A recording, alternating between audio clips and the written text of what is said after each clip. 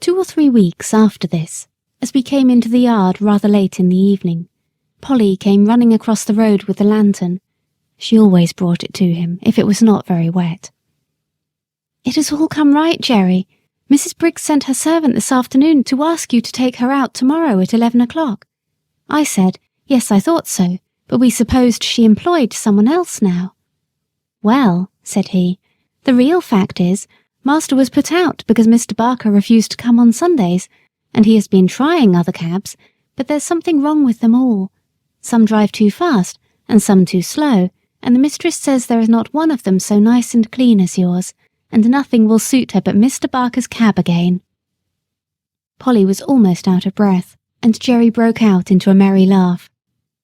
"'Twill all come right some day or night. You were right, my dear, you generally are. Run in and get the supper, and I'll have Jack's harness off and make him snug and happy in no time." After this, Mrs. Briggs wanted Jerry's cab quite as often as before, never, however, on a Sunday. But there came a day when we had Sunday work, and this was how it happened. We had all come home on the Saturday night very tired, and very glad to think that the next day would be all rest, but so it was not to be.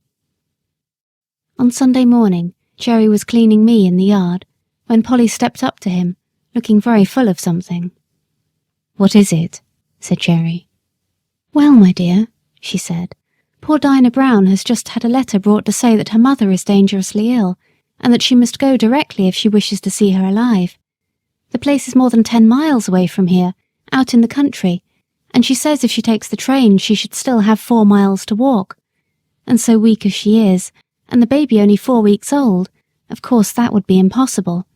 And she wants to know if you would take her in your cab, and she promises to pay you faithfully, as she can get the money." "Tut, tut, we'll see about that. It was not the money I was thinking about, but of losing our Sunday. The horses are tired, and I am tired too. That's where it pinches." "It pinches all round for that matter," said Polly, "for it's only half Sunday without you. But you know we should do to other people as we should like they should do to us, and I know very well what I should like if my mother was dying.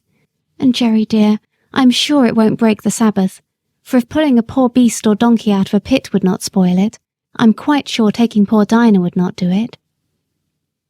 "Why, Polly, you are as good as the minister. And so, as I've had my Sunday morning sermon early today, you may go and tell Dinah that I'll be ready for her as the clock strikes 10. But stop, just step round to Butcher Braden's with my compliments, and ask him if he would lend me his light trap. I know he never uses it on the Sunday, and it would make a wonderful difference to the horse." Away she went, and soon returned, saying that he could have the trap and welcome. "All right," said he. "Now put me up a bit of bread and cheese, and I'll be back in the afternoon as soon as I can." "And I'll have the meat pie ready for an early tea instead of for dinner," said Polly, and away she went, while he made his preparations to the tune of "Polly's the Woman and no mistake," of which tune he was very fond. I was selected, and at 10 o'clock we started, in a light, high-wheeled gig, which ran so easily that after the 4-wheeled cab it seemed like nothing. It was a fine May day, and as soon as we were out of the town, the sweet air, the smell of the fresh grass, and the soft country roads were as pleasant as they used to be in the old times, and I soon began to feel quite fresh. Dinah's family lived in a small farmhouse up a green lane, close by a meadow with some fine shady trees. There were 2 cows feeding in it. A young man asked Jerry to bring his trap into the meadow, and he would tie me up in the cowshed. He wished he had a better stable to offer. "If your cows would not be offended," said Jerry, "there is nothing my horse would like so well as to have an hour or 2 in your beautiful meadow. He's quiet, and it would be a rare treat for him." "Do, and welcome," said the young man. "The best we have is at your service for your kindness to my sister. We shall be having some dinner in an hour, and I hope you'll come in, though with mother so ill we are all out of sorts in the house." Jerry thanked him kindly, but said as he had some dinner with him, there was nothing he should like so well as walking about in the meadow. When my harness was taken off, I did not know what I should do first, whether to eat the grass, or roll over on my back, or lie down and rest, or have a gallop across the meadow out of sheer spirits at being free, and I did all by turns. Jerry seemed to be quite as happy as I was. He sat down by a bank under a shady tree and listened to the birds. Then he sang himself, and read out of the little brown book he is so fond of, then wandered around the meadow and down by a little brook, where he picked the flowers and the hawthorn and tied them up with long sprays of ivy.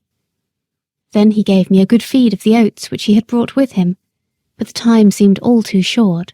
I had not been in a field since I left poor Ginger at Earl's Hall. We came home gently, and Jerry's first words were, as we came into the yard, "Well, Polly, I have not lost my Sunday after all, for the birds were singing hymns in every bush, and I joined in the service, and as for Jack, he was like a young colt." When he handed Dolly the flowers, she jumped about for joy.